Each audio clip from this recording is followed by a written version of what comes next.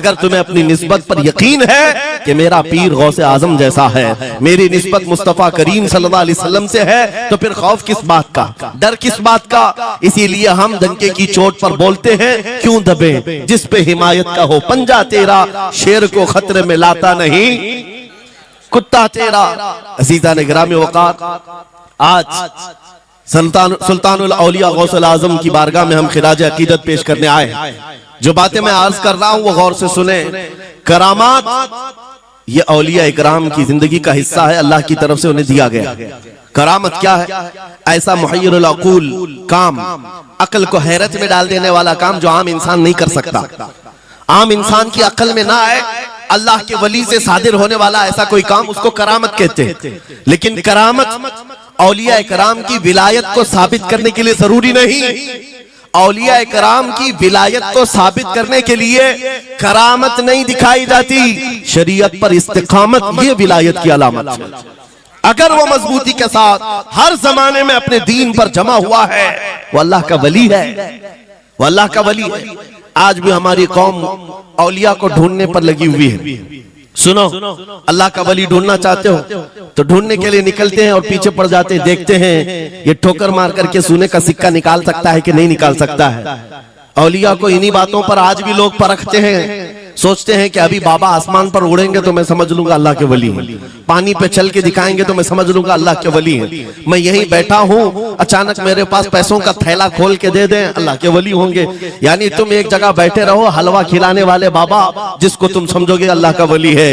मेरे अजीजों, ये जो चीजें तुम समझ बैठे हो अल्लाह के वली के लिए, ये जरूरी नहीं, बल्कि ये देखो कि वो नबी पाक की शरीयत पर कितना कायम है, मेरे नबी के रास्ते पर कितनी मजबूती से जमा हुआ है।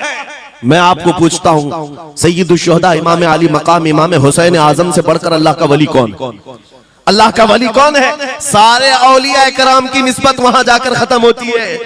उस हुसैन आजम को देखे करबला के मैदान में अपने बच्चों की कुर्बानी के सामने भी जमे रहे, डटे रहे, करामत का इजहार नहीं किया, शरीयत पर इस्तिकामत लोगों को दिखाया। दुनिया में जैसी भी आफतें आ जाएं, मुसीबतें आ जाएं, अगर दीन मुस्तफा पर जमा हुआ है, इस्तिकामत के साथ खड़ा हुआ है, वो उसकी सबसे बड़ी विलायत है, वो सबसे बड़ा वली है। अल्लाह का वली वो है जो शरीयत पर जमा हुआ है, डटा हुआ है, कायम है। और करामात औलिया इकराम की जिंदगी का एक छोटा हिस्सा है, छोटा हिस्सा है, और इस्तिकामत ये बहुत बड़ा हिस्सा है। जमे रह जाना किसी बात पर, खौफ न खाना बातिल ताकतों से, न डरना इन जालिमों से, ये औलिया इकराम की जिंदगी का खास वतीरा है। आज हम सबको जिस चीज की जरूरत है वो करामत की नहीं, इस्तिकामत। करामतें सुनते भी आया, अब करामत से आप ये समझते हैं कि काया पलट जानी चाहिए। लोग आज मजाक भी करते हैं, कुछ वो मॉडर्न ख्याल के डॉक्टरों और प्रोफेसरों के लेक्चर सुन करके पागल जो हो चुके हैं सोशल मीडिया पर, वो भोंकते हैं करामात औलिया पर। क्या अब करामात क्यों नहीं दिखाते अल्लाह के औलिया? ये जो हालात बदले हुए हैं, इन हालात में इनकी करामतों से जमीन क्यों नहीं पलट जाती, जालिमों के मुंह में कीड़े क्यों नहीं पड़ जाते? मेरे अजीजों, पूरी दुनिया करामात से नहीं चलाई जाती, वल्लाह मुसब्बिबुल अस्बाब, अस्बाब पर रखा है। एक मशहूर जमाना बुजुर्ग हजरत मोहम्मद जाम रहमतुल्लाह अलैह बगदाद हलाकू के जमाने के थे। हलाकू बादशाह जिसने बस्तियों की बस्तियां वीरान कर डाली और इतने कत्ल कर दिया था, जहां से गुजरता था इंसानों की खोपड़ियां। उसका जब बगदाद पर हमला करने का इरादा हुआ तो बगदाद से कई मील दूर उसका लश्कर लेकर वो पड़ाव किया और अपने 2 सिपाहियों को बगदाद का मुआयना करने के लिए भेजा। और उसकी दहशत तारी थी सब शहरों में, हलाकू अगर आ गया तो हिलाक हो जाएंगे, इसके फौजी सबको बर्बाद कर डालेंगे। हलाकू का नाम सुनते ही लोगों में दहशत तारी होती थी। तो 2 सिपाही 2 फौजी हलाकू के बगदाद मुआयना करने के लिए आए तो लोगों में खलबली मच गई, अब जाएं तो कहां जाएं? तो हजरत मोहम्मद जाम रहमतुल्लाह अलैह एक बुजुर्ग थे, उनके पास लोग दौड़ते हुए आए और वो वजू फरमा रहे थे, उनके हाथ में पानी का कटोरा था और आकर के लोग रोने लगे, हुजूर हलाकू आ गया, बगदाद तबाह कर डालेगा। बगदाद को बर्बाद कर देगा, आप बचा ले, अल्लाह के वली हैं, आप दुआ करें। उन्होंने अपनी कटोरी पलट दी और कहा जाओ, अल्लाह हिफाजत करेगा। रिवायत में मिलता है कि वो दो सिपाही ढूंढते ढूंढते रह गए, उनको बगदाद नजर ही नहीं आया। कोई बगदाद का न घर दिखा, न महल, न रास्ता, कुछ नहीं। वापस वो अपने बादशाह के पास जाकर कहते हैं हम तो बहुत ढूंढ करके आए, बगदाद मिला ही नहीं। हलाकू ने उन दोनों सिपाहियों को कत्ल कर दिया।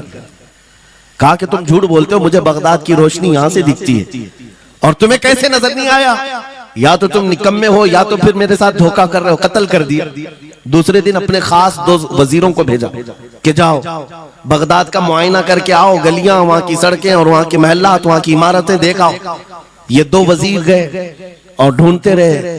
जैसे ही वो बगदाद में इंटर हुए, आज फिर लोग हलाकू के इन वजीरों को देखकर दौड़े दौड़े भागते हुए इस अल्लाह के वली के पास आया, हज़रत मोहम्मद जाम।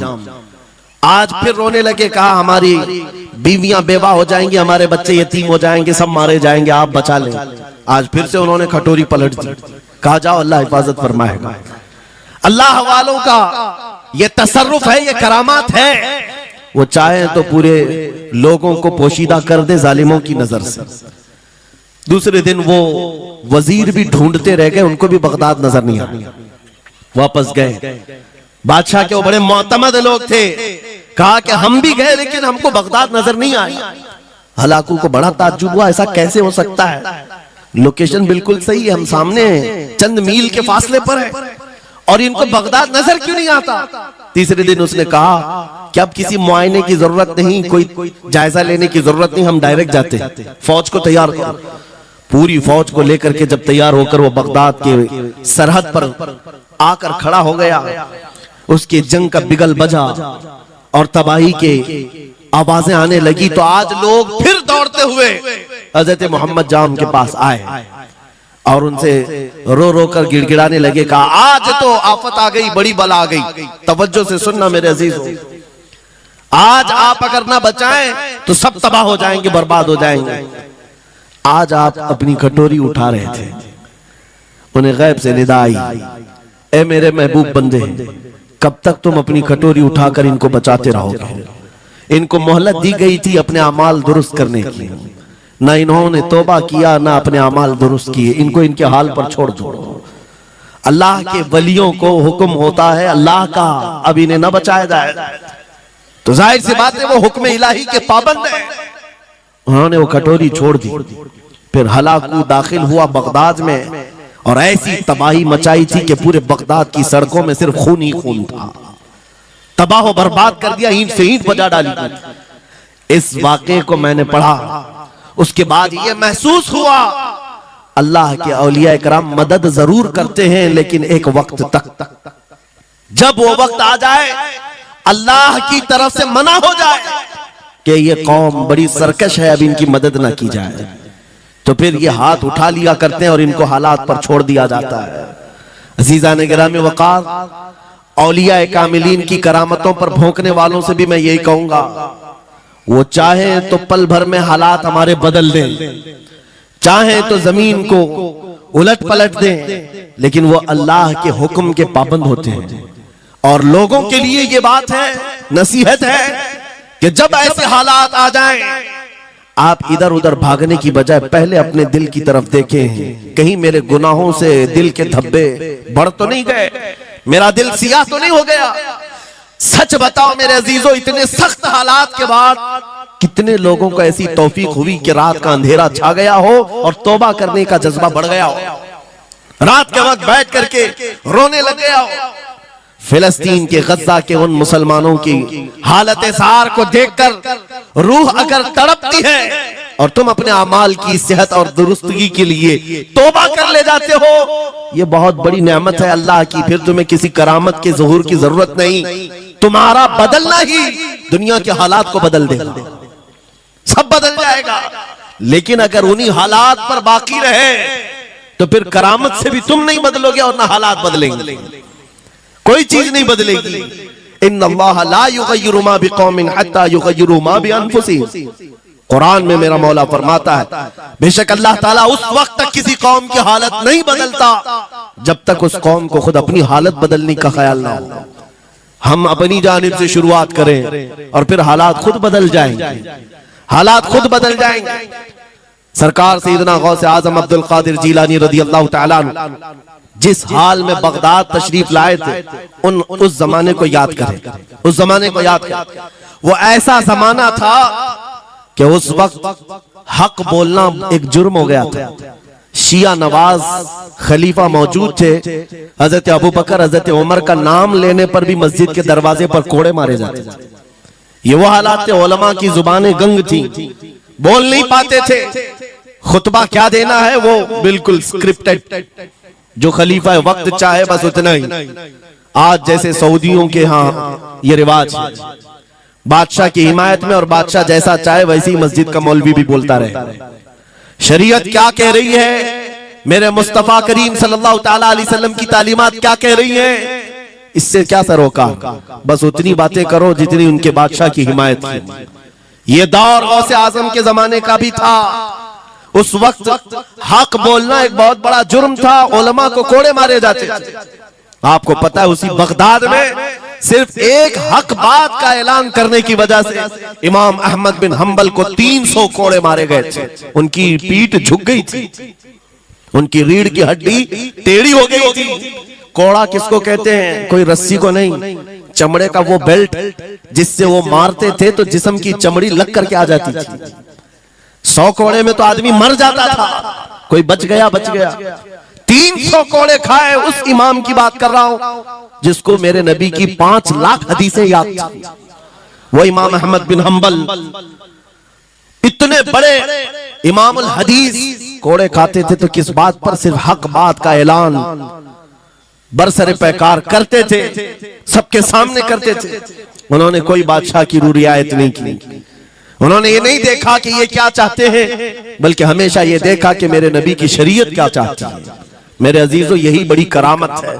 गौसे आजम की बड़ी करामतों में से करामत ये है, उस जमाने में आप बगदाद तशरीफ लाए जब हालात ऐसे थे कि हक बोलना दुश्वार था, और आप जब मस्जिद पर खड़े, मस्जिद के मिंबर पर खड़े होकर ऐलान करने लग गए, हैबत ऐसी तारी थी कि कोई आपको रोक ना सका, और आपकी ये हक्कानियत की तबलीग फैलती गई फैलती गई। शुरू में 10 लोग, फिर 20 लोग, फिर 100-200, फिर 1000-2000।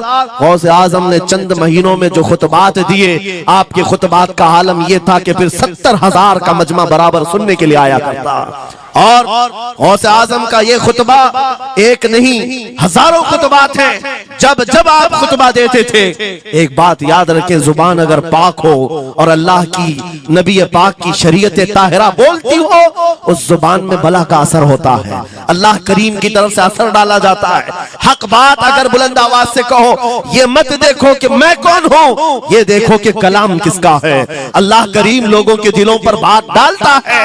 गौसे आजम की जुबान से निकले हुए कलमात ऐसे हुआ करते, मजमा खत्म होने से पहले पता नहीं कितनों की तो लाशें उठाई जाती थी, कितने तो वहां बेहोश हो जाते। किस बात पर?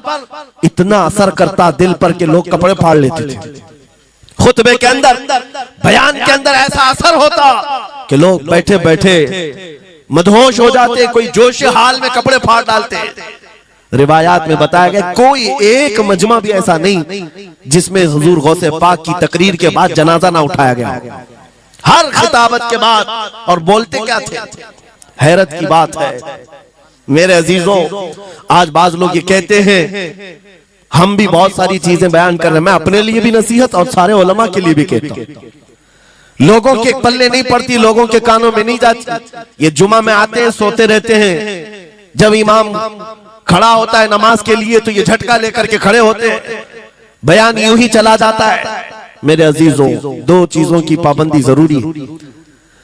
मैंने पढ़ा था इमाम अहमद बिन हंबल, नहीं हजरत सुफियान सौरी रज़ियल्लाहु ताला, हजरत सुफियान सौरी नसीहत कर रहे थे, और जब वो नसीहत करते तो लोग रो पड़ते थे, आखिरत को याद करते, कब्र की होलनाकियों का तज़किरा करते तो लोग रोने लगते थे। एक बंदा था, वो मजलिस में आया करता और खामोश बैठता, और उस पर कुछ भी असर नहीं। एक दिन उसने पकड़ करके पूछा हजरत सुफियान से, आप जब बयान करते तो लोग धारे मार मार कर रोते हैं, मुझे तो कुछ नहीं होता, मैं तो ऐसे ही बैठा रहता हूं। आपने क्या फरमाया? आपने ये नहीं फरमाया कि तू बदतमीज है, तू बदमाश है, तू बद अमल है।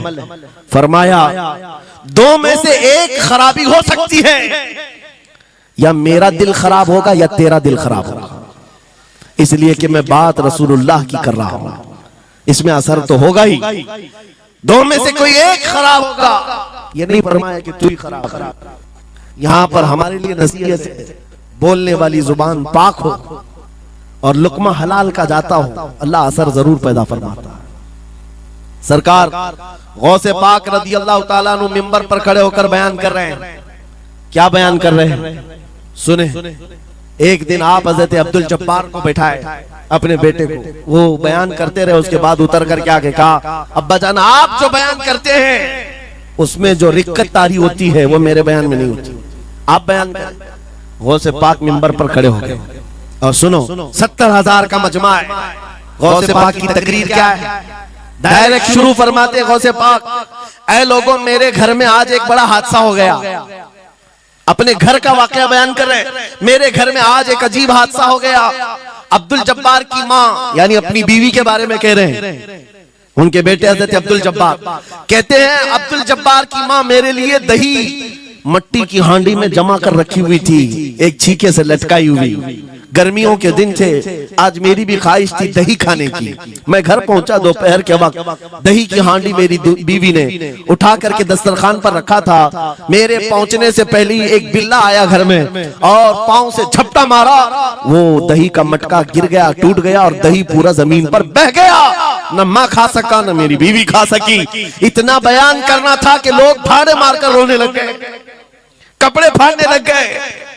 लोगों के अंदर जोश हाल से कैफियत बदल गई।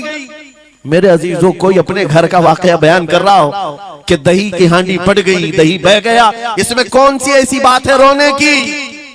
ये हमारे और तुम्हारे लिए हो सकता है। गौसे आजम का मजमा भी अहले दिल का हुआ करता था, वो बसीरत वाले लोग बैठते थे। गौसे पाक क्या बयान कर रहे थे? गौसे पाक के बयान का मतलब ये नहीं है कि अब्दुल उनकी बीवी दही की हांडी जमाई थी और उनके लिए खाने का इंतजार कर रही थी। गौसे आजम अपने वाकये से दुनिया की हालत बता रहे थे, ऐ लोगों जिस तरह मेरे घर में आज मेरे खाने से पहले दही का मटका टूट गया और दही बह गया, सबकी हालतें तकरीबन ऐसी होती हैं। इंसान अपने लिए इतना कमाता है, माल जमा करता रहता है, और जब उसके खाने का वक्त आता है मलकुल मौत पंजा मारकर रूह निकाल लेता है और सारा माल उसका धरा का धरा रह जाता है, ना वो चख पाता है ना खा पाता है। गौसे पाक रज़ी अल्लाह ताला अन्हु ये दुनिया की हालात बता रहे थे। और मेरे अजीजों, आज भी वही हालात हैं हमारे, आज भी वही हालात हैं। हमने कमाने के लिए अपनी सेहत गंवा दी, रात नहीं देखा, दिन नहीं देखा, दौड़ते रहे माल हासिल करने के लिए, इतना जमा कर लूं, इतना जमा कर लूं, इतना जमा कर लिया, जब तक तो सेहत बिगड़ गई, शुगर भी आ गई, बीपी भी आ गई, और ऐसी बीमारियां लग गई कि आप इनको ठीक करने के लिए जितना जमा किया था खर्चा करते रहो। शेख सादी रहमतुल्लाह अलैह फरमाते हैं, ये दो कामों में तो इंसान की पूरी जिंदगी खत्म होती है। पहले कमाने के लिए सेहत गंवाता है और फिर सेहत बचाने के लिए माल गंवाता है। ये दो चीजों में गौसे पाक रज़ी अल्लाह ताला अन्हु की नसीहत यही थी कि इतना जमा कर ले जाते हो, इतना जमा करते हो कि फिर जब खाने का वक्त आता है तो मियाँ ऐसे हालात होते हैं कि नमक भी नहीं खा पाते, शक्कर भी नहीं खा पाते। दूसरी बातें तो छोड़ो, शुगर वाले शक्कर नहीं चख पाते, बीपी वाले नमक नहीं चख पाते। अरे ये बड़ी छोटी चीजें हैं, और माल देखो तो करोड़ों का है, अरबों का है, अरबों का माल पड़ा हुआ है, नमक नहीं चख पाते, शक्कर नहीं खा पाते। किसके लिए जमा किया था? और थोड़ी और बड़ी बीमारी हो गई तो पानी भी नहीं पी पाते, डायलिसिस चल रहा है, किडनी खराब है।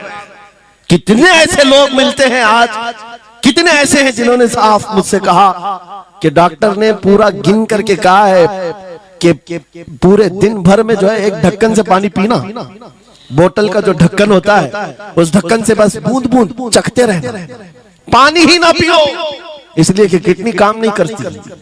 ये दुनिया है मेरे अजीजों। हमने अपनी सेहत गंवा दी, पूरी की पूरी सेहत गंवा दी इसको हासिल करने के लिए। इसी को मेरे इमाम अहले सुन्नत फाजिल बरेलवी ने कहा था, शहद दिखाए जहर पिलाए, कातिल डायन शोहर कुछ, इस मुर्दार पे क्या ललचाए दुनिया देखी भाली। लेकिन समझ में किसी को नहीं आता।